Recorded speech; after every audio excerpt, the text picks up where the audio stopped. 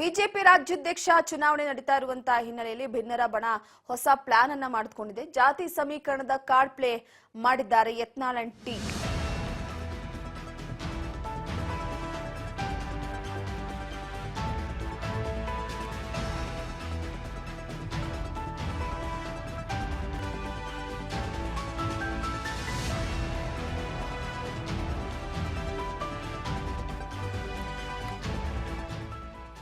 ಜಾತಿ ಸಮೀಕರಣದಲ್ಲಿ ಅಭ್ಯರ್ಥಿಗಳನ್ನ ಕಣಕ್ಕಿಳಿಸೋದಕ್ಕೆ ಭಿನ್ನರು ಪ್ಲಾನ್ ಮಾಡಿರುವಂತದ್ದು.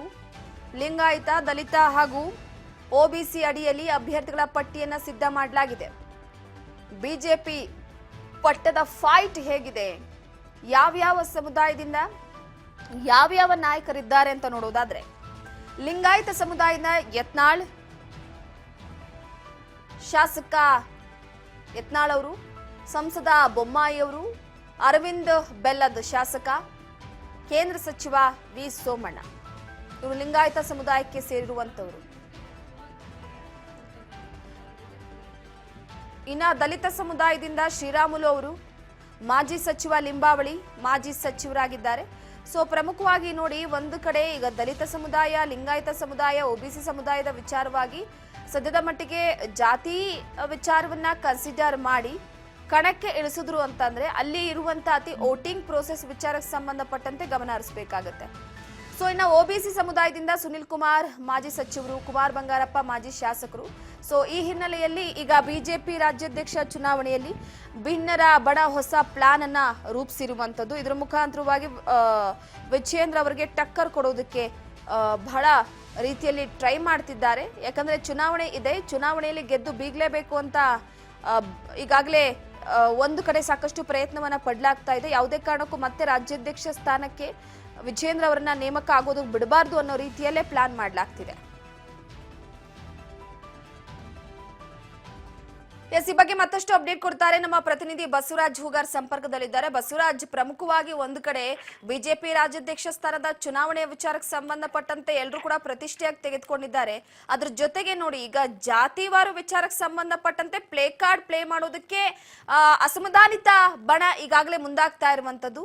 ಸೊ ಒಂದು ಕಡೆ ಯಾವುದೇ ಕಾರಣಕ್ಕೂ ವಿಜಯೇಂದ್ರ ಅವರನ್ನ ರಾಜ್ಯಾಧ್ಯಕ್ಷ ಸ್ಥಾನದಲ್ಲಿ ಕೂರಿಸಲೇಬಾರದು ಅನ್ನುವಂತ ನಿಟ್ಟಿನಲ್ಲಿ ಪ್ರಯತ್ನ ಪಡ್ಲಾಗ್ತಾ ಇದೆ. ನಾನಾ ರೀತಿಯ ತಂತ್ರಗಾರಿಕೆಯನ್ನ ಬಳಸಲಾಗ್ತಾ ಇದೆ. ಬಗ್ಗೆ ಮಾಹಿತಿ ಕೊಡೋದಾದ್ರೆ, ರೂಪಾ, ಬಿಜೆಪಿಯ ಪಕ್ಷದಲ್ಲಿ ಈಗಾಗಲೇ ರಾಜ್ಯಾಧ್ಯಕ್ಷ ಸ್ಥಾನಕ್ಕೆ ಚುನಾವಣೆ ಕೂಡ ಇರುವಂತದ್ದು. ಮುಂದಿನ ವಾರ ಆ ಚುನಾವಣೆ ನಡೆಯಲಿದೆ ಅನ್ನುವಂತ ಮಾಹಿತಿ ಇದೆ.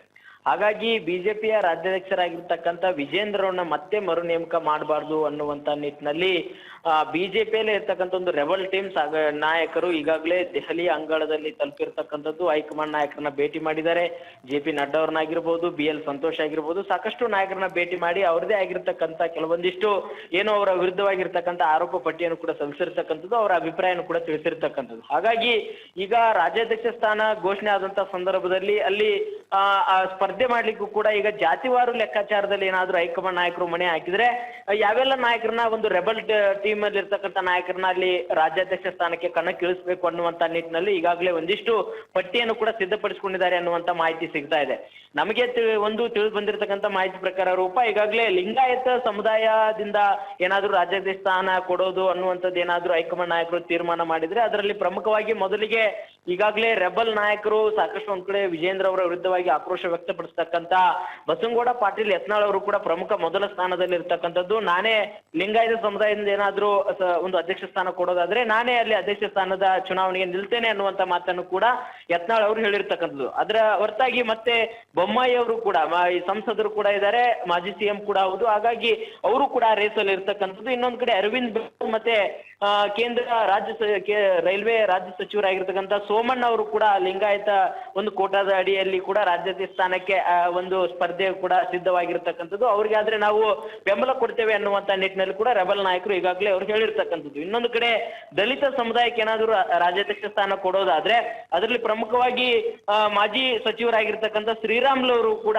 ಮತ್ತೆ ಲಿಂಬಾವಳಿ ಅವರು ಕೂಡ, ಇವರ ಇಬ್ಬರು ನಾಯಕ ಕೂಡ ಅದರ ಒಂದು ಕೋಟಾದ ಅಡಿಯಲ್ಲಿ ಕೂಡ ಅವರು ಸ್ಪರ್ಧೆ ಮಾಡ್ಲಿಕ್ಕೆ ಸಜ್ಜಾಗಿರ್ತಕ್ಕಂಥದ್ದು.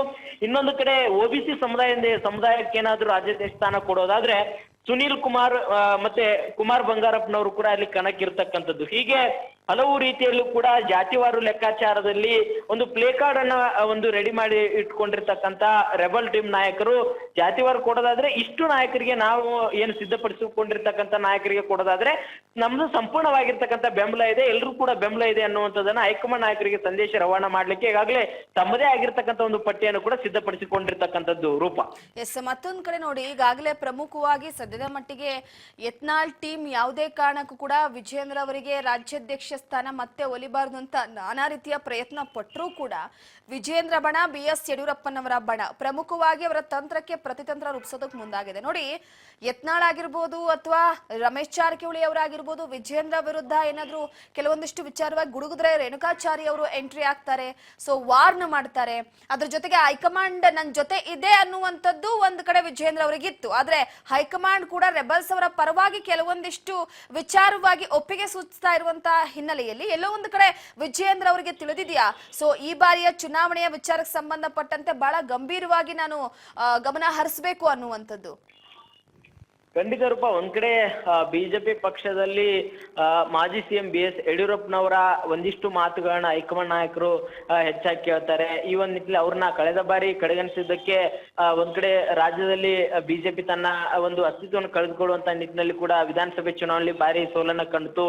ಹಾಗಾಗಿ ಇದೀಗ ಅವರ ಪುತ್ರ ಆಗಿರ್ತ ವಿಜೇಂದ್ರ ಅವರಿಗೆ ರಾಜ್ಯಾಧ್ಯಕ್ಷ ಸ್ಥಾನ ಕೊಡುವ ಮುಖಾಂತರ ಮತ್ತೆ ಪಕ್ಷ ಸಂಘಟನೆ ಮುಂದಾಗಬೇಕು, ಮತ್ತೆ ಬಿಜೆಪಿ ಒಂದು ಕರ್ನಾಟಕ ರಾಜ್ಯದಲ್ಲಿ ಅಧಿಕಾರ ಹಿಡಿಬೇಕು ಅನ್ನುವಂತ ಲೆಕ್ಕಾಚಾರದಲ್ಲಿ ಹೈಕಮಾಂಡ್ ನಾಯಕರ ಒಂದು ನಿಲುವು ಇರ್ತಕ್ಕಂಥ, ಅದರಂತೆ ಅವರಿಗೆ ರಾಜ್ಯಾಧ್ಯಕ್ಷ ಸ್ಥಾನ ಕೂಡ ಕೊಟ್ಟಿರ್ತಕ್ಕಂಥ. ಆದ್ರೆ ಇದೀಗ ಆಗಿರ್ತಕ್ಕಂಥ ರಾಜ್ಯ ಬಿಜೆಪಿಯಲ್ಲಿ ಬದಲಾವಣೆ ಬೇರೆ ಆಗಿರ್ತಕ್ಕಂಥದ್ದು. ಒಂದ್ ಕಡೆ ರಾಜ್ಯಾಧ್ಯಕ್ಷ ಸ್ಥಾನವನ್ನ ವಿಜೇಂದ್ರ ಅವರು ಕೊಟ್ಟಿರ್ತಕ್ಕಂಥಕ್ಕೆ ದೊಡ್ಡ ಮಟ್ಟಿಗೆ ಒಂದು ಆಕ್ರೋಶಕ್ಕೆ ಕಾರಣವಾಗಿರ್ತಕ್ಕಂಥದ್ದು. ರೆಬಲ್ ಟೀಮ್ ನಾಯಕರು ಬಸವನಗೌಡ ಪಾಟೀಲ್ ಯತ್ನಾಳ್ ಆಗಿರ್ಬೋದು, ರಮೇಶ್ ಜಾರಕಿಹೊಳಿ ಆಗಿರ್ಬೋದು, ಅರವಿಂದ್ ಬೆಲ್ಲದ್ ಆಗಿರ್ಬೋದು, ಸಾಕಷ್ಟು ನಾಯಕರು ಕೂಡ ಒಂದಿಷ್ಟು ಇವರ ವಿರುದ್ಧವಾಗಿ ಆಕ್ರೋಶನ ಹೊರ ಹಾಕ್ತಾ ಇದ್ದಾರೆ, ಒಂದು ರಾಜ್ಯಾಧ್ಯಕ್ಷ ಸ್ಥಾನ ಬದಲಾವಣೆ ಮಾಡಬೇಕು ಅನ್ನುವಂಥದ್ದು. ಅದಾಗೂ ಕೂಡ ಈಗ ಅದೆಲ್ಲ ನಡೆದಂತ ಬೆಳವಣಿಗೆ ಹಿನ್ನೆಲೆಯಲ್ಲಿ ಬಿಜೆಪಿ ಹೈಕಮಾಂಡ್ ನಾಯಕರು ಕೂಡ ಇದನ್ನ ಒಂದು ಚುನಾವಣೆ ನಡೆಸುವ ಮುಖಾಂತರ ಸಂಪೂರ್ಣವಾಗಿರ್ತಕ್ಕಂಥ ಬೆಂಬಲ ಯಾರಿಗೆ ಸಿಗುತ್ತೆ ಅವರಿಗೆ ರಾಜ್ಯಾಧ್ಯಕ್ಷ ಸ್ಥಾನ ಕೊಟ್ರೆ ಇದು ಯಾವುದೇ ರೀತಿ ಗೊಂದಲ ಇರೋದಿಲ್ಲ ಅನ್ನುವಂತ ತೀರ್ಮಾನಕ್ಕೆ ಬಂದಂತೆ ಕಾಣ್ತಾ ಇದೆ. ಹಾಗಾಗಿ ಬಿಜೆಪಿಯ ಒಂದು ರಾಜ್ಯಾಧ್ಯಕ್ಷ ಸ್ಥಾನಕ್ಕೆ ಒಂದು ಚುನಾವಣೆ ಕೂಡ ಈಗ ಮುಂದಿನ ವಾರ ಇರ್ತಕ್ಕಂಥದ್ದು. ಹಾಗಾಗಿ ಈ ಒಂದು ಸಂದರ್ಭದಲ್ಲಿ ವಿಜೇಂದ್ರ ಅವರಿಗೆ ಅವರು ಅಂದುಕೊಂಡಂತೆ ಎಲ್ಲರೂ ಕೂಡ ನನ್ನ ಪರವಾಗಿದ್ದಾರೆ ಅಂತಕ್ಕಂಥದ್ದು ಕೂಡ ಇದು ಎಲ್ಲ ಒಂದ್ ಕಡೆ ಅವರಿಗೆ ನಿರಾಶೆ ಕೂಡ ಉಂಟಾಗುವಂತ ಸಾಧ್ಯತೆ ಇದೆ. ಯಾಕಂತಂದ್ರೆ ಒಂದ್ ಕಡೆ ರೆಬಲ್ ಟೀಮ್ ನಾಯಕರು ಸಾಕಷ್ಟು ಪೈಪೋಟಿಯನ್ನು ಒಡ್ತಾ ಇದ್ದಾರೆ. ಜಾತಿವಾರು ರಾಜ್ಯಾಧ್ಯಕ್ಷ ಸ್ಥಾನ ಕೊಡೋದಾದ್ರೆ ನಮ್ಮಲ್ಲಿ ಕೂಡ ನಾಯಕರಿದ್ದಾರೆ, ಅವರಿಗೆ ಆದ್ರೆ ನಾವು ಬೆಂಬಲ ಕೊಡ್ತೇವೆ, ಆದ್ರೆ ವಿಜೇಂದ್ರ ಅವರಿಗೆ ಆದ್ರೆ ನಾವು ಬೆಂಬಲ ಕೊಡೋದಿಲ್ಲ ಅನ್ನುವಂತ ಮಾತನ್ನ ಹೇಳ್ತಿದ್ದಾರೆ. ಹಾಗಾಗಿ ನಾಳೆ ಏನು ರಾಜ್ಯಾಧ್ಯಕ್ಷ ಸ್ಥಾನಕ್ಕೆ ಚುನಾವಣೆ ನಡೆಯಲಿದೆ, ಆ ಒಂದು ಮುಂದಿನ ವಾರ ನಡೆಯತಕ್ಕಂಥ ಚುನಾವಣೆಗೆ ವಿಜೇಂದ್ರ ಅವರಿಗೆ ಮಾತ್ರ ಭಾರಿ ಪೈಪೋಟಿ ಇರ್ತಕ್ಕಂಥದ್ದು. ಹಾಗಾಗಿ ಅವರ ಬಳಿ ಇರ್ತಕ್ಕಂಥ ಮಾಜಿ ಶಾಸಕರು ರೇಣುಕಾಚಾರ್ಯ ಆಗಿರ್ಬೋದು, ಹಲವಾರು ನಾಯಕರು ಕೂಡ ವಿಜೇಂದ್ರ ಪರವಾಗಿ ಬ್ಯಾಟಿಂಗ್ ಮಾಡ್ತಾ ಇದ್ದಾರೆ, ಸಭೆಗಳನ್ನ ಮಾಡ್ತಾ ಇದ್ದಾರೆ. ಸೊ ಹಾಗಾಗಿ ಇವರೆಲ್ಲರ ನಡುವೆ ವಿಜೇಂದ್ರ ಅವರಿಗೆ ಒಂದು ದೊಡ್ಡ ಮಟ್ಟದ ಟಾಸ್ಕ್ ಅಂತಾನು ಹೇಳ್ಬೋದು ರೂಪ. ಥ್ಯಾಂಕ್ ಯು ನಿಮ್ಮೆಲ್ಲ ಮಾಹಿತಿಗಾಗಿ ಬಸವರಾಜ್.